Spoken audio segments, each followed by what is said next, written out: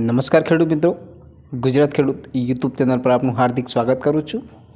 આજે વાત કરશું પીએમ કિસાન યોજના વિશે। જે 17મો હપ્તો ક્યારે જમા થશે તેની સંપૂર્ણ માહિતી આ વિડીયોમાં આપેલી છે, તો વિડીયો સાથે બન્યા રહેજો।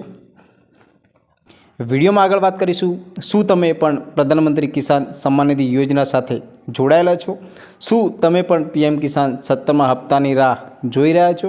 તો તમારા માટે એક મોટા અને સારા સમાચાર, ટૂંક સમયમાં તમારા ખાતામાં પીએમ કિસાનનો જે 17મો હપ્તો છે તે જમા કરી દેવામાં આવશે। પીએમ કિસાન યોજનાની નવીનતમ અપડેટ હપ્તાની રિલીઝ તારીખ જાહેર કરી દેવામાં આવી છે, તો વિડીયો સાથે બન્યા રહેજો। કેન્દ્ર અને રાજ્ય સરકારો દ્વારા આર્થિક રીતે જે નબળા લોકોને વિવિધ યોજનાઓ લાભ આપે, જેમાંથી એક પ્રધાનમંત્રી કિસાન સન્માન નિધિ યોજના। ખેડૂતો છે તેને આર્થિક મદદ કરવા માટે સરકાર દર 4 મહિને 2000 રૂપિયા આપે છે। આ રીતે લાભાર્થીને જે ખેડૂત મિત્રો છે તેને વાર્ષિક 6000 રૂપિયાનો લાભ આપવામાં આવે છે। પીએમ કિસાન હપ્તાની નાણાં મેળવવા માટે જે લાભાર્થીઓ છે તેમનું કેવાયસી અપડેટ કરવાવું ફરજિયાત રહેશે। આ સિવાય જે તમારો આધાર કાર્ડને બેંક ખાતા સાથે લિંક કરવું પણ જરૂરી રહેશે।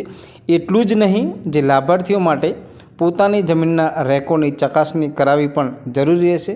જો આમાં કોઈ પ્રક્રિયા અધૂરી તમને લાગે તો તમારા પીએમ કિસાન હપ્તાના પૈસા ફસાઈ શકે તેમ છે।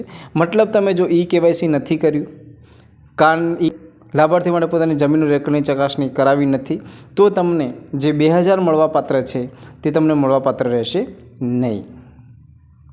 પીએમ કિસાન યોજનાની અરજીની સ્થિતિ તપાસવા તમે ટોલ ફ્રી નંબર જે ગુજરાત સરકાર દ્વારા 155261 પર સંપર્ક કરી શકો છો।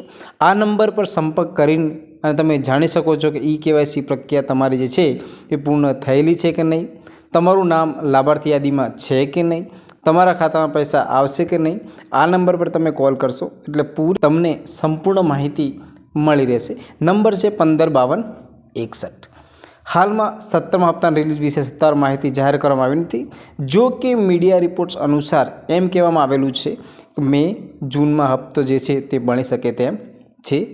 નિયમો અનુસાર 16મો હપ્તો જે 28 ફેબ્રુઆરી 2024ના રોજ બહાર પાડવામાં આવ્યો હતો। આ સમયરેખા પછી નિયમો અનુસાર જૂનમાં 17મો હપ્તો રિલીઝ થઈ શકે તેમ છે। વિડીયો ગમ્યો હોય તો વિડીયોને લાઇક અને સબસ્ક્રાઈબ જરૂર કરી દેજો।